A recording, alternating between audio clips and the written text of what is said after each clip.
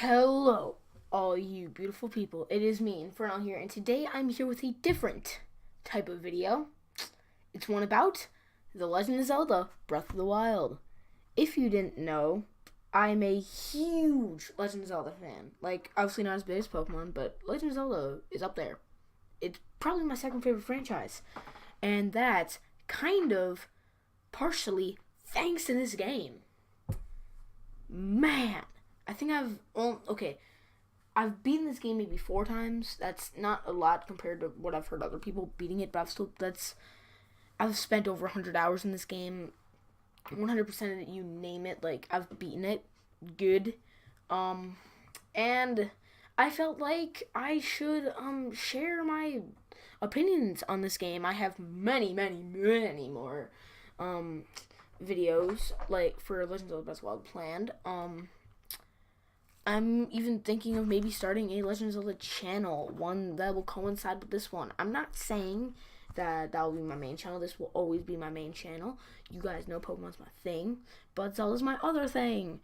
And so, yeah, I'm gonna make this video. If you guys like it, feel free to leave a like. That'd be really appreciated. If you guys want me to start a Zelda channel on the side, leave a like. I'm fine with that. I want suggestions. But yeah, with all that being said, today I'm going to count down. I'm going to not really count down, but list my four favorite divine beasts in this game. Now, obviously, there's only 4 in the game, so I'm ranking them in order of least favorite to favorite. Disclaimer, actually multiple disclaimers. How I'm going to be filing them out is by my personal experiences with them, their design, the town that coincides with them, the quests that come before it, the whole main quest of it, and the looks like the animal it's based off of. And second disclaimer, this is my opinion. This is anywhere near the official listing, because I don't even think Nintendo has done that because they think they want them all to be equal. But in my opinion, they are not all equal. And last but not least, I love all these divine beasts. I do. It's just I love some more than others. What you gonna do about it? So without further ado, let's get into number 4, Divine Beast, Vanaboris. I already feel the hate coming in. Yes, Divine Beast Vanaboris, the big old camel of the Gerudo.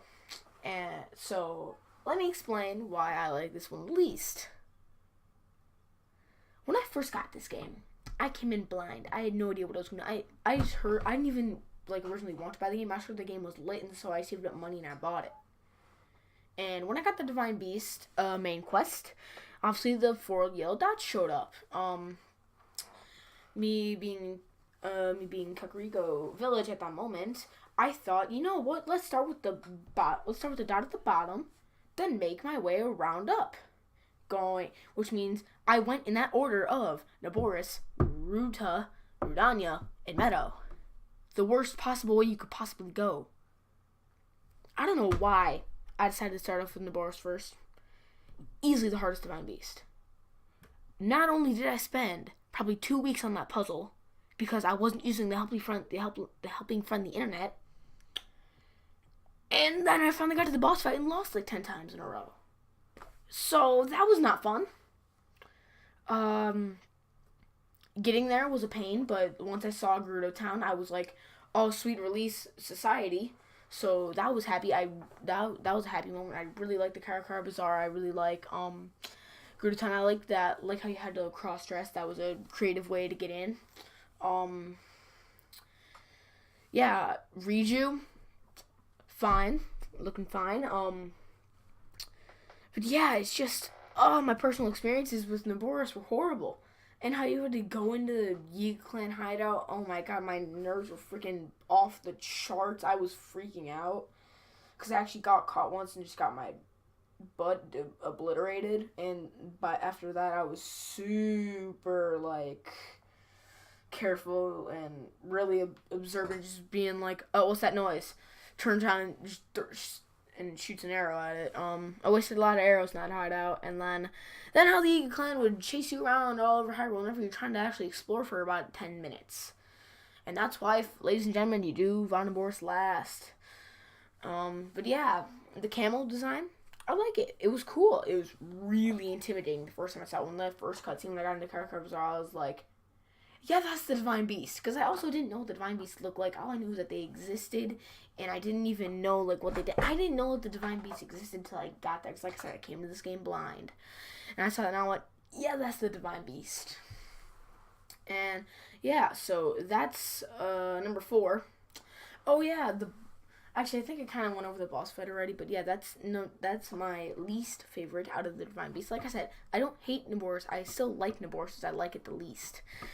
Coming up in number 3, we have Divine Beast.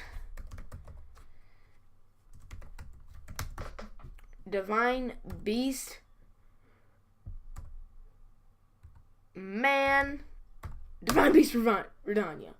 Why didn't that come up as an autofill? I was really banking on that. Wrong picture. This is a better picture. The flaming lizard. Where do I begin with this? So, yeah, it was interesting getting up there. I died multiple times to fire. I was actually freaking out on my way up there because I did not realize how close Goron City was to the tower. I didn't even take the main road because I didn't feel like battling any monsters. That'd take too long. I just ran up on the cliff on the side and kept on running. I will say the quest to get to Redania is probably one of the things I dislike about it the most. Honestly, it doesn't take away from the experience. It doesn't completely ruin the Divine Beast. It's just one of my least favorite things. I didn't like it that much. Goron City. Oh, I wish I didn't have to buy the flame breaker armor. That was a pain to blow all my rupees on that. Yeah, but the Divine Beast itself. I might say this about Naboris, but and I meant to say this in the beginning at all. Like, I also am doing this off the champions themselves, and Urbosa is awesome. Urbosa is chill. Urbosa is savage. It's just it couldn't hold up with the rest of the Divine Beast, because it was all my personal experiences that just came down on Naboris, and really, if it hadn't taken me 2 weeks to beat Naboris would probably be 2 or 1, because it's such a good Divine Beast. Redania though, with Daruk, oh man, Daruk is like your best friend that you go to bars with all the time. That's what he seems like. He'll always be there for you. He's loyal, dude. He's awesome. And really hit me hard when I realized he was dead again. That champion's ballad, man. Oh, that hit me hard.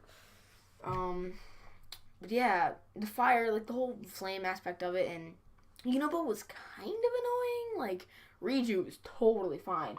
Yunobo was kind of annoying. It was like this one and the next spot with the Divine Beasts are really interchangeable. It doesn't really matter. They can go either way. I just felt like I decided to put Redania here.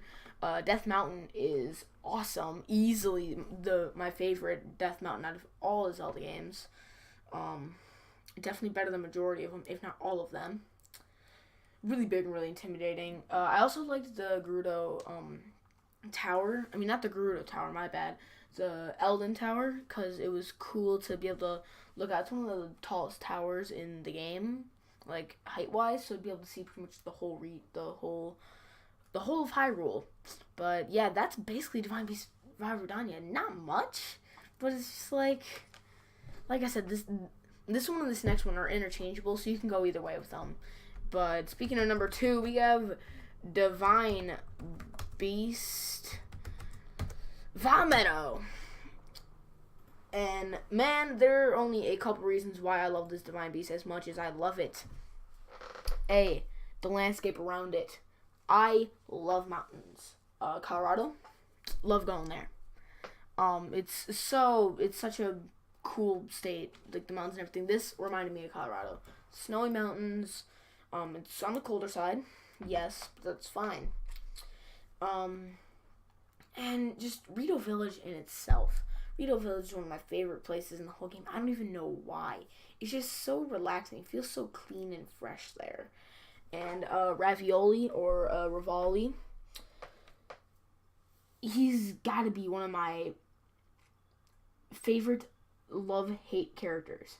Hate him because he can be a real pain, but I love him because he's a character like we've never seen before in Zelda. He's a character that doesn't like Link, that is jealous of him, that wishes he could be in his spot. That's something we don't typically have in Zelda games. It's something new. It's something fresh, like Rito Village itself. It's really cool. Just like Divine Beast Meadow.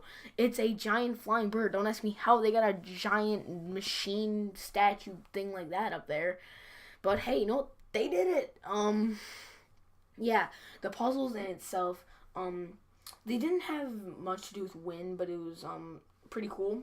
Like the tilting and stuff like that, and flying across the room. There were so many times where I didn't think I'd make it, and I ended up just hitting my head against the ceiling and being like, I made it. Windblight Ganon, not a difficult fight, and that was also the same thing with Fireblight. Not a difficult fight. The only problem that I had was the giant flaming ball. I didn't realize they could throw a bomb there. I just saw him building this giant ball, and I was like, what do I do? And I hit behind a pillar. Worked pretty well, if I do say so myself. But yes, Windblight Ganon was totally fine. Livable. It was a good boss fight, and